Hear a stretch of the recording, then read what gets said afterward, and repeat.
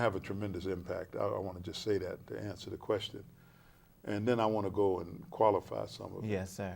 The reputation of the United States, as I said on my radio show Sunday, the reputation of the United States is tattered and torn abroad, all over the world. Yes, sir. And it's because of how this administration has projected America to the world. First, the person who is the president, the Supreme Court had to determine that he was the president. Right. So it wasn't by popular vote of the Right. American people. The American people, by popular vote, did not want George Bush. Yes, sir. They didn't see him as being qualified. They didn't see him as a person who could guide this ship at a time of great trouble in the world. And so, but he was put into this office. Now, and our reputation abroad is really in bad shape. So the impact of a Barack Obama, who said he wants to talk to our perceived enemy, he wants to engage them. Cuba, I'm going to give you a classic example. We have had sanctions now, it's 1962 that the sanctions were strengthened against Cuba, and they have gone to this day, which is nearly 47 years, 48 years of sanctions against a small island with 12 million people, 90 miles off the coast of America. Right. Never posed a real threat to America because Kennedy solved the missile crisis when Khrushchev wanted to send missiles to Cuba. So why should the Cuban people suffer through these sanctions because they can't trade and travel is difficult for them? This is a prime example. So the Cuban people begin to dislike the administration. And so I'm just using Cuba, but if you go all over the world, this is the kind of problem we have. Yes, sir. So Barack's impact is the hope that he will change this. And you can see it when 200,000 people turned out for him in Germany. And then they didn't let him have a public meeting in England and France. And because Sarkozy and Brown, they may have felt that they didn't want to see thousands of their people turning out to listen to a man who is a candidate for president, not even a president. So his popularity in Africa that I've experienced, in Ghana they have young men selling books on Barack Obama, a little book. They're making bracelets and everything with Obama on it because, and though they can't vote, but there's a hope that he will change. People outside want to love America. They just love America. They want to come here. But the shadow that has been over us has made a lot of them back up. See, so here it is, people want to love us, but because of a terrible administration, they can't show the kind of love. So Barack to them is the man who can open the door and make them fall in love with America again. So in South Africa, he's popular. In the Sudan, he's popular.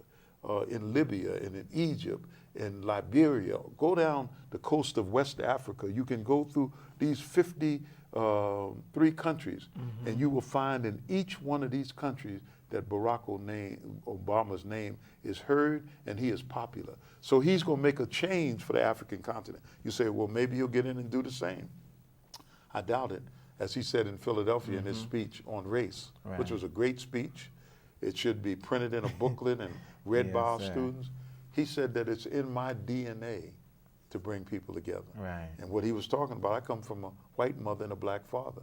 So in my DNA is to bring people together because I'm a product of that marriage between my father and mother. And one was from Africa and one was from Middle America. And so in my DNA is to bring people together, not to divide them. But also in his DNA is the father from this country in Africa, Kenya. And here in East Africa. So in his DNA is also that Kenya seed. And if you know his father's coming to America is really an interesting history. And in a very book that was printed to attack Barack Obama, derail his campaign, and they call it swift boating Barack Obama. And what I would say is they're trying to alienate him from the thinking of the American people, make him seem like some foreign character that you don't know really what's inside of him. But in that book, Mr. Joseph Kosey did a research, and he showed how Barack's father got to America and what happened. And he was trying to get an education, and it was political now, no doubt about it. Right. But in Barack's DNA, it will have an effect on this whole continent. I met a man from the Cameroons. He said in the Cameroons, we have the name Barack. I met a man from the largest land area in all of Africa, which is the Sudan. He said in the southern Sudan, we have Luo, Luo is the tribe he comes from. And so his tribe that's in Kenya, that borders the Sudan, some of those tribal members are in the southern part of the Sudan. So Barack Obama is going to have an impact. And Africa is important now. And I just want to segue into that. Africa is important because of the oil crisis that we have in the world. And from a country, Guinea-Bissau, right here. And there's oil in Mauritania. They haven't found it in Senegal. But from Guinea-Bissau all the way down the west coast of Africa into Angola, which is one of the major suppliers of America today. Nigeria being the largest, but there's difficulty in Nigeria. They just found oil off the coast of Ghana. All of the problems of Liberia, because there's oil off the coast of Liberia. There's oil off the coast of Cote d'Ivoire. So this whole area here has oil. Oil already comes from Gabon. And then the little country, the only Spanish-speaking country in Africa, Equatorial Guinea, this little country right here, this country, they speak Spanish, rich with oil.